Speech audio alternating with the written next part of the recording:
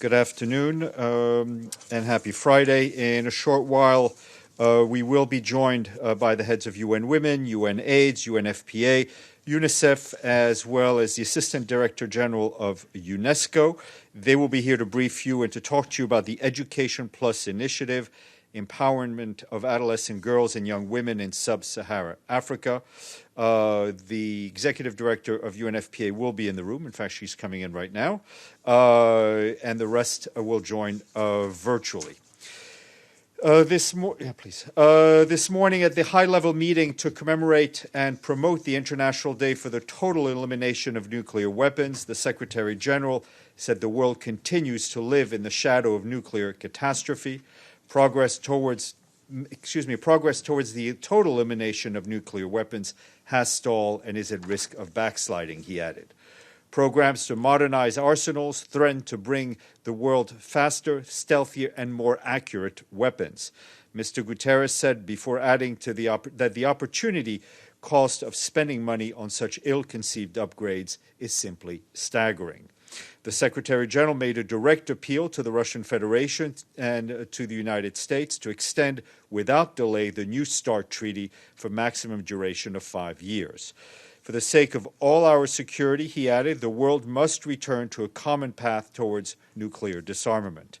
He called on states parties to the Treaty of the Non-Proliferation Nuclear Weapons to strengthen this bastion of nuclear non-proliferation and concluded that he looks forward to the entry into force of the Treaty of the Prohibition of Nuclear Weapons.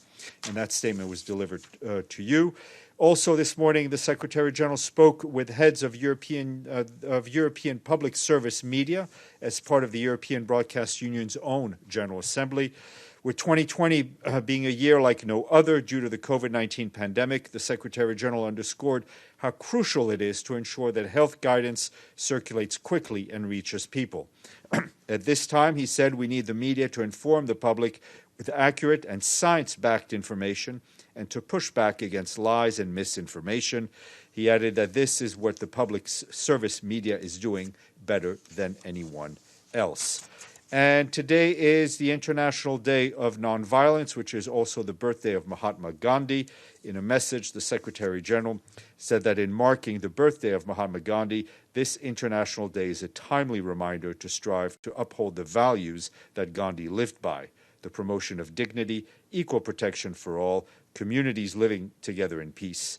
And on this year's observance, the Secretary General stressed that we have a special duty, which is to stop the fighting and to focus on our common enemy, COVID-19.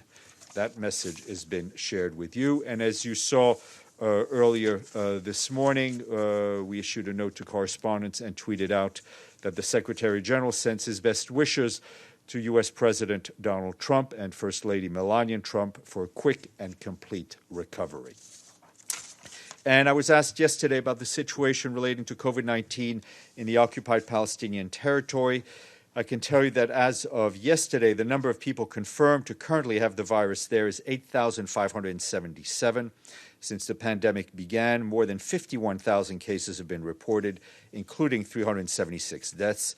Of these, there are 3,075 cases reported in Gaza, including nearly 1,400 active cases. Most of them are due to community transmission, raising concerns of the long-standing fragility of the Gaza health system. The UN and humanitarian partners are continuing to support local authorities in addressing critical gaps in medical supplies and providing essential services to cover 1,800 people in quarantine facilities throughout Gaza. In addition, preparations are ongoing to transform a number of quarantine facilities in isolation units into in case of a substantial rise of infections. To support the Palestine-led efforts, the government's Palestine-led efforts to mitigate the spread of the virus, the COVID-19 response plan requests $72.4 million until the end of the year. Only 46.4% has been received so far.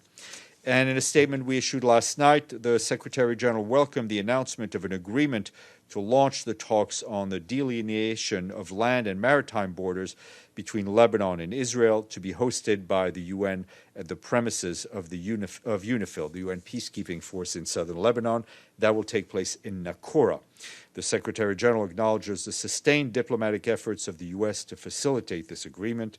The UN, through its representatives, will remain fully committed to supporting the process as requested by the parties and within its capacity and mandate.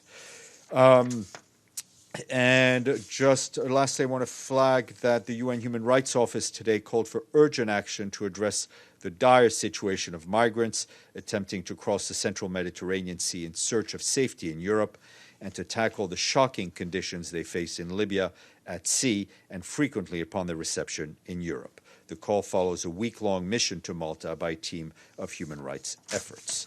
All right, I will leave it there. I will take a few questions on the topics at hand, if there are any. If there are, just wave your hand so I can see you. Okay. All right, then we will go. Hold on a second. Let me just, excuse myself. I'll just double check the chat. Sorry, Natalia, we're still trying to figure things out here.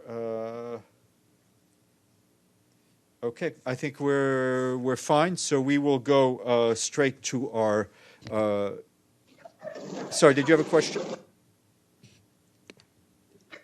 Sorry, thanks, Steph. I just wanted to ask if there were any updates on the Secretary General's diplomacy regarding the conflict in Armenia and Azerbaijan.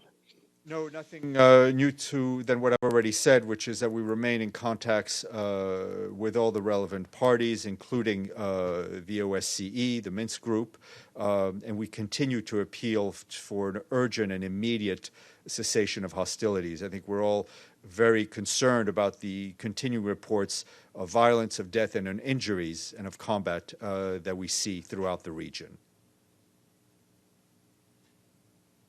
Okay.